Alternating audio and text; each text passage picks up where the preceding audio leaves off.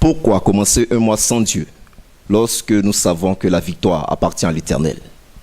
Comment commencer un mois sans Dieu lorsque lui seul tient notre souffle de vie? La Bible dit en Proverbe 27, « Ne te vante pas du lendemain, car nul ne sait ce qu'un jour peut enfanter. » Mesdames et messieurs, bonjour et merci de nous rejoindre encore une fois à notre émission Mon mois dans le Seigneur. Vous qui avez fait certainement le bon choix de vouloir commencer votre mois avec Dieu et dans la victoire. Nous avons aujourd'hui encore la grâce de recevoir à ce plateau le président fondateur des Églises Ambassades des Vainqueurs, le bishop Jean-François Komoué. Bonjour bishop. Bonjour frère Arnaud et bonjour également à tous ceux qui ont l'opportunité de me voir, de m'entendre au travers de cette émission. Que Dieu vous bénisse et surtout qu'il bénisse votre 6e mois de l'année 2013, c'est-à-dire le mois de juin. Merci apôtre et sachez que c'est pour nous une très grande grâce. Partagez. Le mois de juin commence à peine, certainement avec un nouveau thème et de nouveaux défis. Mais bien avant de rentrer dans le vif du sujet, pouvons-nous faire un petit bilan du mois de mai? Nous bénissons le Seigneur Jésus-Christ, de ce que cette année pour nous, Ambassade des Vainqueurs, soit déclarée l'année de la royauté. L'année 2013 est l'année de la royauté. Donc l'année où nous espérons, où nous estimons que le règne de Christ, justement, doit s'établir dans nos vies, doit s'établir dans nos familles, doit s'établir dans nos activités, dans nos régions, dans nos pays. Le mois de mai 2013 était le mois de succès.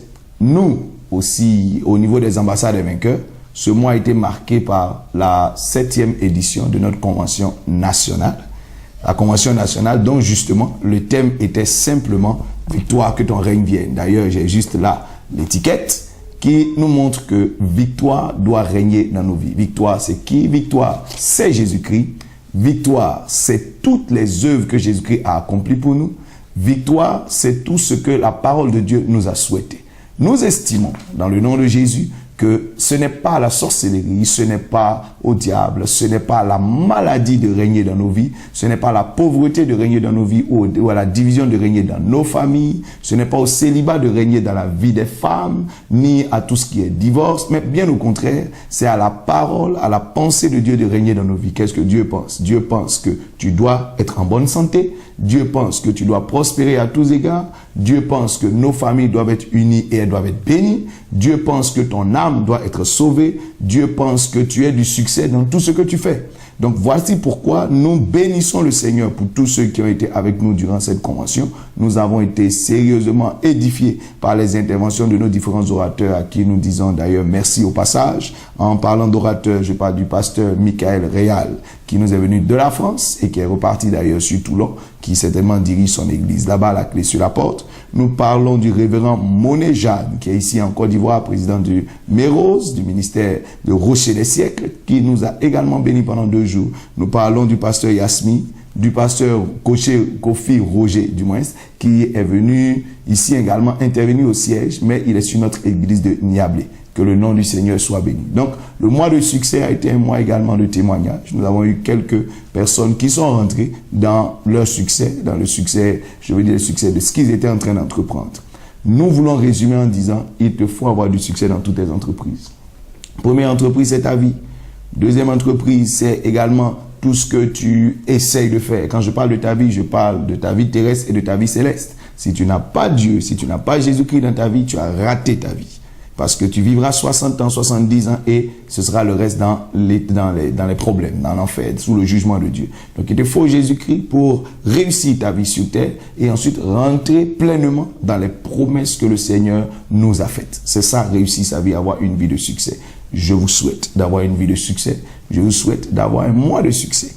Nous entrons de plein pied dans le mois de juin. Qu'est-ce que Dieu nous réserve? Nous allons voir. Justement, à vous entendre, nous sommes convaincus que de grands témoignages en sont sortis. Pouvez-vous partager quelques témoignages avec nous? Dans le mois de mai, nous avons eu par exemple un frère qui depuis longtemps était en train de chercher à voyager pour opportunité de travail. Nous ici, c'est, je dirais même son nom, le frère Henri Joël, qui justement a réussi à partir en Tunisie. À l'heure où je vous parle, il est justement en Tunisie pour opportunité de travail. C'est un succès dans ses démarches. Il y a bien longtemps qu'il était en train de rechercher cette ouverture. Nous louons Dieu pour cela. Que le nom du Seigneur soit béni. Nous avons eu également quelqu'un d'autre ici, un de nos frères, Benzo, qui était en train de rechercher des marchés par rapport à sa structure qu'il dirige, Afrique Production, je crois Afrique Prestige Distribution. Et il vient de tomber justement sur un très très gros marché. Il se demande jusqu'à présent comment cela est venu. C'est quelqu'un qui est juste venu lui dire, j'ai du matériel pour toi. Je veux mettre ce matériel à ta disposition afin que tu puisses travailler. C'est un matériel de télévision. Justement, il recherchait et c'est venu gratuitement. Vous voyez, juste par une rencontre, et c'est venu gratuitement. Vous imaginez ce que ça veut dire. Un matériel pour avoir une télé, c'est très très très cher. Mais il a eu gratuitement à partir d'un frère qui justement se trouve en Europe, qui lui a dit, j'ai tout le matériel, tu n'en fais rien, je veux mettre ça à ta disposition pour que ta structure fonctionne. C'est un miracle de la part de Dieu. C'est un succès justement au niveau de ses prières et de sa structure. Alors Bishop, ils sont certainement très nombreux, ceux-là qui nous suivent de loin, attendant certainement une parole, une orientation claire de la part de Dieu. Sans plus tarder, que nous réserve le mois de juin 2013? Dieu fait de bonnes choses et nous souhaitons que justement les bonnes choses de Dieu soient faites dans vos vies. Il ne faut pas que ce soit les mauvaises choses du diable qui soient établies dans vos vies. La Bible dit à ce sujet que tout ce que le Seigneur n'a pas planté sera déraciné. Donc ce mois, nous croyons que Dieu veut déraciner tout ce qui est mauvaise œuvre dans nos vies et établir de bonnes œuvres. Mais également, nous appelle et nous invite nous-mêmes à l'accomplissement de bonnes œuvres. Vous savez, quand vous accomplissez de bonnes œuvres, alors votre vie est réussie. Nous allons justement voir, à partir de la parole de Dieu, quelles sont ces orientations et quelles sont ces œuvres auxquelles Dieu nous appelle. Dans le livre de 2 Timothée, le chapitre 3, le verset 16, la Bible dit que toute écriture est inspirée de Dieu. Donc tout ce que Dieu inspire est fait pour nous enseigner, est fait pour nous corriger, est fait pour nous convaincre, est fait pour nous instruire dans la justice, afin que l'homme de Dieu, donc qui vient de Dieu, enfant de Dieu, ou fils de Dieu, ou serviteur de Dieu, soit comment? Propre, soit accompli d'abord, et propre à toute bonne œuvre. Donc le souhait de Dieu, c'est que chaque enfant de Dieu soit capable de faire de bonnes œuvres. C'est pour cela que Dieu travaille à nous corriger, à nous enseigner, à nous convaincre, donc il nous équipe pour cela. Pourquoi? Dieu fait de bonnes choses. Tout ce que Dieu fait est bon. La Bible même dit que toute chose concourt bien de ceux qui aiment Dieu. Donc tout ce que Dieu fait est bon. Et donc comme il fait de bonnes choses, il nous invite, nous aussi, à faire quoi? Nous qui sommes son image, nous qui sommes sa ressemblance, à faire aussi de bonnes choses, de bonnes œuvres.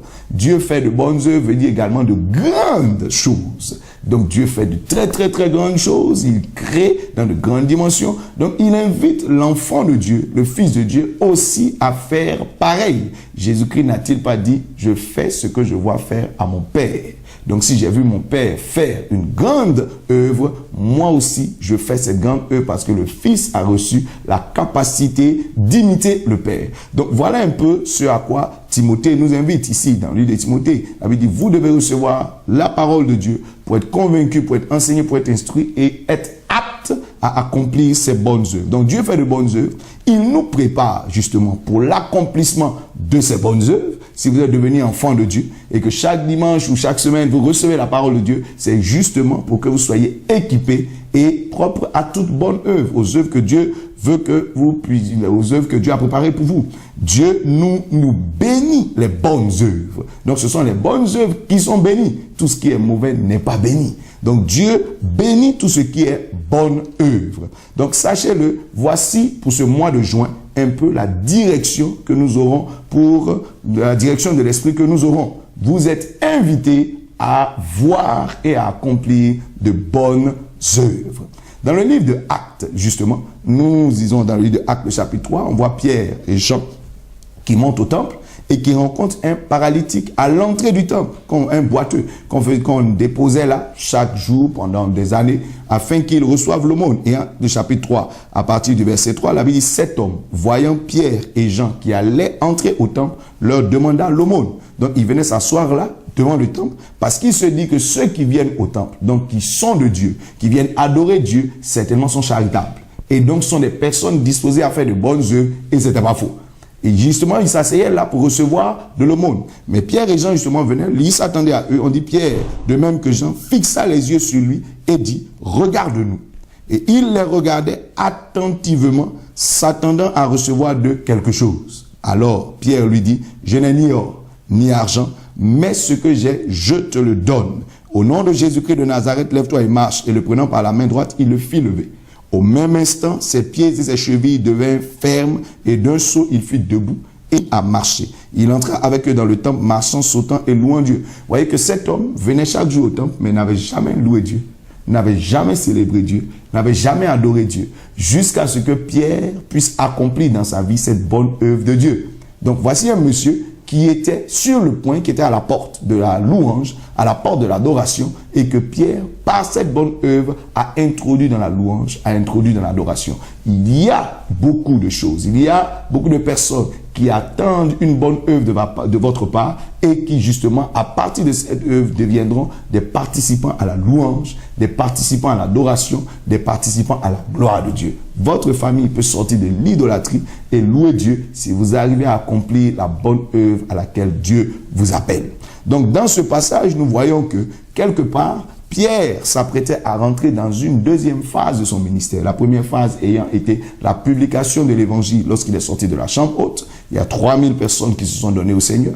Et ensuite, maintenant, à partir de ce miracle qui allait se passer dans le temple, il y allait avoir un autre groupe de personnes qui allaient se donner au Seigneur. Il s'apprêtait à entrer dans cette deuxième phase. Et justement, à l'entrée de cette phase se trouvait une bonne œuvre à faire. Vous ne pouvez pas passer de l'autre côté dans ce que Dieu vous appelle si vous refusez d'accomplir les bonnes œuvres que Dieu a préparées devant vous.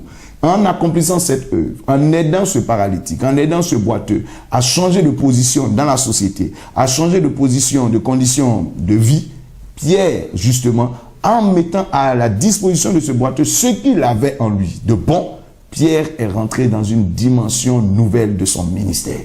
Vous allez rentrer cette saison dans une nouvelle dimension de la grâce de Dieu, dans une nouvelle dimension de la bénédiction de Dieu, dans une nouvelle dimension de l'appel et de la destinée que Dieu vous a réservée, pourvu que vous fassiez les bonnes œuvres que Dieu a placées à l'entrée de cette dimension. Et Pierre, justement, a accompli sa part. Vous accomplirez votre part et vous rentrerez dans cette grâce. Les bonnes œuvres connectent donc à la destinée que Dieu nous a réservée. Vous avez une destinée, mais cette destinée passe par les bonnes œuvres. Jésus-Christ est venu nous inviter à passer des ténèbres à la lumière.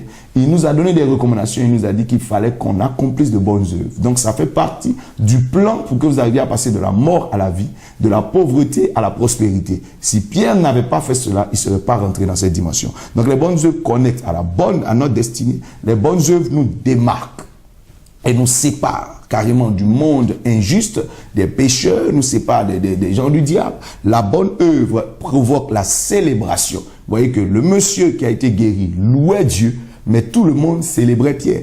Donc chaque fois que vous accomplissez une bonne œuvre, certainement la personne qui a reçu cette bonne œuvre célèbre Dieu, mais Dieu fait quoi? Il partage cette célébration avec vous. Vous voyez que Jésus-Christ a vaincu la mort pour nous.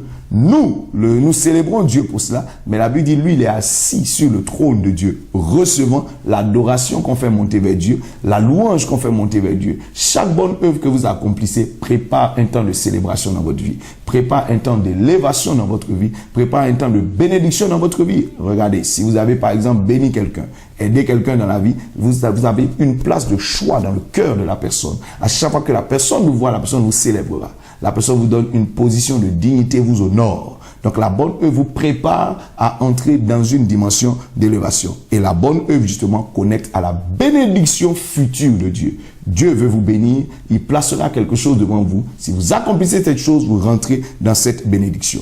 La bonne œuvre n'est pas toujours facile à faire. La preuve ici, ça a été fait par l'Esprit de Dieu. Vous voyez que Pierre est passé d'abord par la chambre haute et ensuite, il a été capable d'accomplir cette œuvre. Donc, il n'a pas pu accomplir cette bonne œuvre sans l'Esprit de Dieu. Pierre, au départ, il y a une dame qui, quand il n'avait pas encore reçu le Saint-Esprit, il y a une dame qui lui avait dit, tu connais certainement Jésus-Christ. En d'autres termes, si tu le connais, partage avec moi ce que tu connais. Pierre n'a pas pu. Il a renié Jésus-Christ. Donc, non seulement il a fait du mal à Jésus-Christ, mais il a fait du mal également à cette femme qui aurait pu recevoir l'évangile. Mais la Bible dit que ce même Pierre, lorsqu'il est passé par la chambre haute, qu'il a reçu le Saint-Esprit, cette fois-ci, quand le monsieur s'attendait à lui, il a partagé ce qu'il avait reçu. Quand les 3000 personnes se sont approchées de la chambre haute, Pierre n'a pas eu peur. Il a pu faire du bien, d'abord à Jésus-Christ, mais également du bien à ces 3000 personnes qui sont venues. Donc, ce n'est pas aussi facile que ça. C'est par l'Esprit que cela se fait. Si vous accomplissez exactement ce que Dieu veut que vous fassiez, vous entrez dans le miracle de Dieu. Rappelez-vous cette femme qui, dans la Bible, cette femme qui a reçu Élisée. La Bible dit, la première fois qu'elle a vu Élisée, qu'elle a reçu Élisée, Elle était avec son mari et elle voyait chaque fois Élisée passer près de sa maison. Et elle dit à son mari, je sais que cet homme est saint. Et donc, je souhaiterais qu'on le reçoive à manger, qu'on prépare quelque chose à manger chaque jour quand il passera par ici. Certainement, il mangera chez nous. La Bible dit, Élisée s'arrêtait, il mangeait et il repartait. Peut-être il mangeait le matin, à midi, le soir, on n'en sait rien, mais il mangeait et il repartait. Et il ne leur donnait aucune récompense de la part de Dieu. Normalement, celui qui reçoit un prophète en sa qualité de prophète reçoit une récompense de prophète. Mais pourquoi cette femme recevait Élie à manger, et disait du moins à manger, et elle ne recevait aucune promesse de la part de Dieu, aucune récompense? La Bible dit, cette femme a réfléchi. Et en second plan, elle a dit à son mari, cette fois-ci, non seulement nous allons lui donner à manger, mais nous allons faire une chambre haute.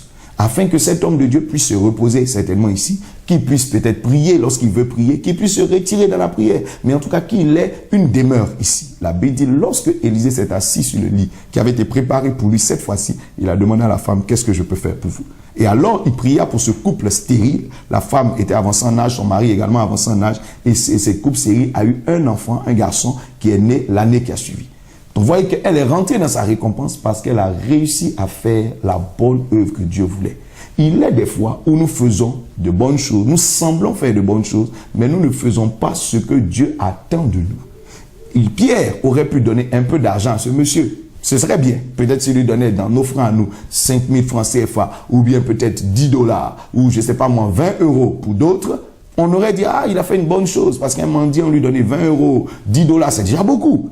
Mais Dieu attendait plus de la part de Pierre. Si Pierre avait fait ça, personne ne l'aurait célébré. On n'aurait pas écrit cette histoire dans la parole de Dieu. Mais Pierre a compris que lui, ce qu'on attend de lui, c'est certainement un miracle dans la vie de ce monsieur. Parce que c'est ce qu'il a reçu de la part de Dieu. Vous avez des choses à faire, faites exactement ce que Dieu attend de vous. La veuve de Sarepta, souvenez-vous, elle a donné de l'or à Élie. Ça n'a pas provoqué un miracle dans sa vie. Mais c'est lorsque justement elle a fait le pas de foi. Élie lui a dit, donne-moi à manger. Parce que ce que Dieu m'a dit, c'est qu'il a donné l'ordre à ton cœur de me donner à manger. Il ne t'a pas dit de me donner à boire. À boire, c'était facile. Mais donner à manger, c'était un peu difficile parce que la femme n'avait que juste un peu d'huile et juste un peu de farine. Elle dit, je fais ça, demain je meurs, moi et mon fils. Mais Élie lui a dit justement, c'est à ça que Dieu t'invite. Dieu t'invite à faire ce pas de foi, à faire cette œuvre de foi. Si tu arrives à faire cette œuvre de foi, alors tu rentres dans le miracle de Dieu. Et la femme a été délivrée de la sécheresse parce qu'elle a fait la bonne œuvre que Dieu attendait d'elle. Elle a pris soin du prophète de Dieu, malgré les difficultés. Jésus-Christ a dit à ses disciples, par exemple, en Matthieu 14, donnez-leur à manger. Ils étaient 5 000 hommes, sinon 3 000 hommes, sans compter les femmes et les enfants. Ça devenait difficile. Ils étaient en train de fuir cette bonne œuvre. Mais la Bible dit, Jésus-Christ les a invités, il dit, faites cette bonne œuvre. Donnez-leur à manger. Lorsqu'ils ont accepté d'entrer dans ce plan de bonne œuvre, la Bible dit, un miracle de multiplication s'est fait. Et alors, on a raconté leur histoire. Après cela, ils ont pu passer de l'autre côté. Donc, vous devez faire ce que Dieu vous veut que vous fassiez. Vous devez aller jusqu'au stade que Dieu a réservé pour vous. Ne faites pas juste ce qui semble aisé, ce qui semble facile, mais faites ce que Dieu attend de vous. Vous deviendrez alors un canal de miracles et une personne capable de recevoir la célébration de Dieu. Donc, c'est par l'esprit que ça se fait. Ne cherchez pas à faire en dehors de l'esprit de Dieu. Marchez selon ce que Dieu a mis dans votre cœur. Évidemment, qui peut faire des choses par l'esprit de Dieu si la personne n'a pas une vie de prière? Voilà pourquoi l'une des recommandations de cette saison, c'est d'avoir une bonne vie de prière. En plus de la bonne disposition à vouloir faire les bonnes œuvres de Dieu, il faut avoir une bonne vie de prière. La prière alors vous rend capable, vous donne d'être un canal qui ne fuit pas les miracles que Dieu met devant vous. Parce que si vous n'avez pas prié, vous allez fuir. La Bible dit, Jésus-Christ lui-même face à la croix a failli fuir. Il voulait s'échapper. Il ne voulait pas accomplir cette œuvre de salut parce que c'était difficile. Mais la Bible dit, lorsqu'il a prié, qu'il a été fortifié, il a eu l'audace de la foi. Alors il a eu l'audace de l'esprit et il a pu accomplir ce que Dieu voulait qu'il accomplisse. Accomplissez ce que Dieu veut. Par votre vie de prière, vous serez rendu capable de rentrer dans les miracles que Dieu veut. Naturellement, il vous faudra la foi. Marchez par la foi. Si vous n'avez pas la foi, vous n'allez jamais pouvoir accomplir ce que Dieu veut que vous fassiez. La foi vous aide à aller au-delà des capacités de la chair. Dieu a préparé des œuvres, certainement ce sont des œuvres au-delà de la capacité de la chair. Dieu veut que nous accomplissions au-delà de nos possibilités naturelles. Si vous avez la foi, vous rentrerez dans ces choses-là. Pierre a eu la foi, il a fait marcher un paralytique.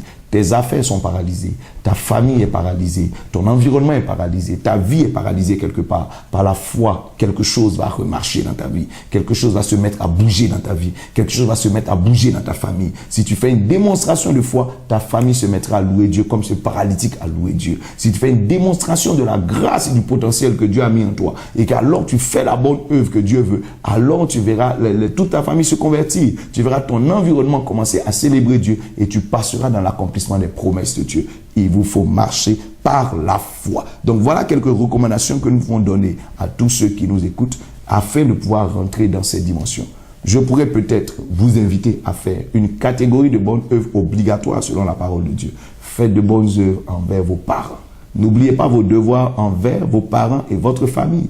Paul a dit à ce monsieur, crois et toi et ta famille, vous serez sauvés. Donc vous avez quelque chose à faire à l'endroit de votre famille. Jésus-Christ a dit, si ce que tu dois faire comme bien à ton père, à ta mère, si tu dis non, je ne fais pas, que je préfère aller faire ça dans la maison de Dieu, tu es maudit. Il faut faire envers ton père, ta mère, tes parents, ce que tu as à faire. Donc révise dans ta tête, je fais mes devoirs réels envers mon père, ma mère. Souvent, nos parents ont besoin de nous. Ils sont en train de souffrir. Ils sont vieux. Ils sont en train de vieillir. Ils sont vieux. Ils ont besoin de nous. Mais nous nous détournons carrément d'eux. Et nous espérons trouver Dieu ailleurs. Ce n'est pas vrai. Il faut faire envers ton père et ta mère ce que tu as à faire. Jacob est retourné dans la maison de son père pour enterrer dignement son père. Il était en train de faire du bien à Laban qui était son oncle alors que son père avait besoin de lui. Il faut revenir quelquefois faire ce que nous avons à faire. Donc déjà nos parents, mais également nous devons faire du bien aux veuves et aux orphelins. Ne les oubliez pas. C'est ce que la parole de Dieu déclare. Nous devons également faire du bien à ceux qu'on appelle les saints. Donc les hommes de Dieu, des personnes que Dieu a mis à part pour son œuvre, qui font la volonté de Dieu, qui se consacrent pour servir Dieu, prenez soin d'eux. Faites le bien que vous pouvez leur faire. Dieu vous bénira toujours. Il se souviendra de ce que vous avez fait. Jésus-Christ a dit, quand vous irez prêcher, mangez ce qu'on vous donne. En d'autres termes, des gens vous donneront à manger. Il dit, buvez ce qu'on vous donnera à boire. Il dit ensuite, dormez là où on vous recevra. Donc faites du bien à ces hommes-là qui sont venus de la part de Christ et qui annoncent l'évangile. Faites-leur du bien. C'est des terres de bénédiction. Il dit alors, si des gens vous reçoivent, que vous déclarez la paix viendra dans leur vie. La paix veut dire quoi? Tout ce qui était trouble, inquiétude en toi, tout ce qui était souci, alors pourra être apaisé par les miracles que Dieu accomplira dans ta vie. Donc, il faut faire ce bien-là. Et en dernier lieu, il faut faire du bien à ton prochain. La Bible nous invite, nous qui sommes des chrétiens, à faire du bien à notre prochain. Qui est ton prochain? C'est celui qui a côté de toi, qui a besoin de toi. Pas forcément un chrétien. Ça peut être un enfant de Dieu, ça peut être quelqu'un qui n'est pas chrétien, mais qui a besoin de toi. Tu es la lumière du monde. Dieu fait du bien, il fait lever son soleil sur les bons et sur les méchants. Il faut faire du bien à notre environnement, que tout le monde sache qu'un enfant de Dieu est quelque part. Il devient alors la lumière, il devient alors le sel de l'endroit. Et je vais inviter peut-être dans notre nation, tout le monde a fait un certain bien qui est très important pour la société. Il faut tenir notre environnement propre. À chaque fois qu'on maintient notre environnement propre, on évite beaucoup de maladies à certaines personnes. On évite le fièvre typhoïde, le paludisme et toutes ces choses-là qui rendent les gens malades. Au lieu de prier finalement pour les malades, il faut les empêcher de tomber malades. En tout cas, merci Bishop pour ce thème et nous disons Alléluia pour ça. Et parlant de bonnes œuvres, l'ambassade des vainqueurs s'affirme comme une église avec un témoignage fort rassurant à travers le canal que vous êtes. Que Dieu vous bénisse. Amen. Est-ce que vous avez une dédicace à faire? Vous avez pensé dédier cette émission à quelqu'un ou bien à une certaine communauté? Je dédie ce mois, cette bénédiction à l'ambassade des vainqueurs de Daoukro, qui est en train de vivre quelques difficultés parce qu'ils sont en train de rechercher un nouveau site. Le premier site, on a eu quelques difficultés avec le propriétaire. Que Dieu vous fortifie dans l'accomplissement de son œuvre. Ensuite, au frère Félix, qui est le responsable de l'ambassade des vainqueurs de l'Italie, qui lui-même est en train d'avoir quelques difficultés dans son travail. D'après ce qu'il m'a dit, il y a une sorte de complot qui est en train d'être monté contre lui. Félix, Dieu te bénisse, il te fortifiera, il te rendra vainqueur.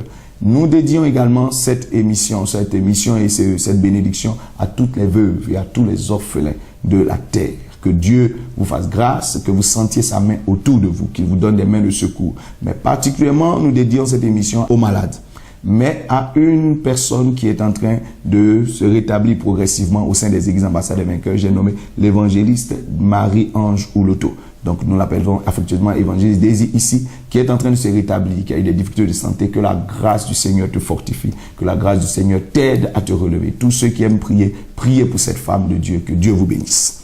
Amen. Que Dieu vous bénisse aussi. Amen. Notre émission tire à sa fin, mais avant de vous laisser partir, pouvez-vous bénir le mois de tous ceux qui nous suivent? Nous prions. Seigneur, je veux te rendre grâce dans le nom de Jésus-Christ. Que ta bénédiction atteigne la vie de tous ceux qui nous entendent.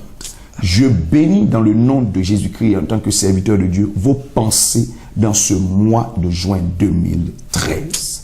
Vos pensées seront bénies par le Seigneur. Toutes pensées que le diable vous a communiquées, des pensées de suicide, des pensées d'abandon, des pensées de méchanceté, des pensées de défaite, que ces pensées-là quittent vos cœurs au nom de Jésus-Christ. Pierre avait prononcé une bonne parole, un bon rêve, un bon projet en Matthieu 16 et ensuite les pensées de son cœur étaient diaboliques, des pensées d'échec. Et Dieu, Jésus-Christ l'a libéré de ces pensées-là à partir de la chambre haute. Que le Seigneur descende sur vous son esprit et qu'il libère vos pensées de toute peur, de toute crainte, de tout ce qui est pensée du diable dans le nom de Jésus-Christ. Je bénis vos paroles. Pierre a donné une bonne parole à ce monsieur. Je n'ai ni or ni argent, mais tu vas te relever. J'ai quelque chose de bon pour toi, des paroles qui l'ont soulagé. Je bénis vos paroles et vos déclarations en cette saison 2013. Que vos paroles et vos déclarations s'établissent au-dessus des paroles ennemies, au-dessus des déclarations de la sorcellerie, au-dessus de toutes les déclarations du diable. Vous aurez la victoire au nom de Jésus de Nazareth. Je bénis vos mains en cette saison. Que tout ce que vos mains arrivent à toucher soit béni au nom de Jésus. Que le succès vous accompagne. Vous accomplirez de bonnes œuvres. Vous arriverez à faire bouger vos activités. Que la force de Dieu soit avec vous. Que les bénédictions de Dieu vous accompagnent. Que les miracles de Dieu se fassent dans vos mains. De même que Joseph touchait et la chose prospérait. Que la prospérité de Dieu accompagne vos mains au nom de Jésus. Vous accomplirez ces bonnes œuvres que Dieu vous a données. Vous parlerez et vos mains réaliseront. Dans le nom de Jésus-Christ de Nazareth, je bénis vos entrées dans tout secteur, dans votre entrée dans ce mois de juin.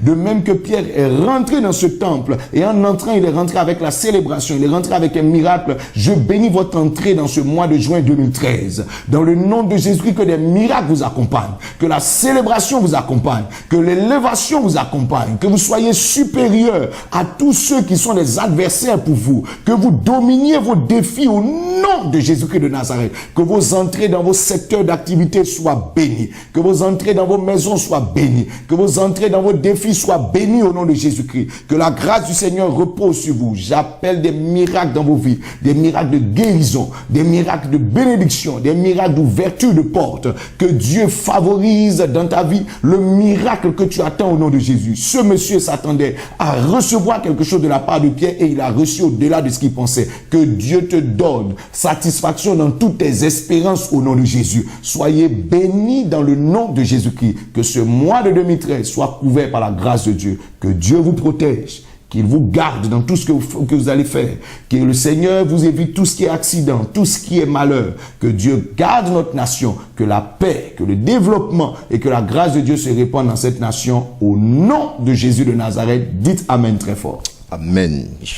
Chers amis internautes, nous sommes convaincus qu'après ces paroles fortes, vous avez reçu les éléments qu'il faut et l'esprit qu'il faut pour vous accompagner dans la victoire durant tout le mois de juin. Rendez-vous le 1er juillet prochain, certainement pour un nouveau numéro de Mon Mois dans le Seigneur. Sur ce, que Dieu vous bénisse.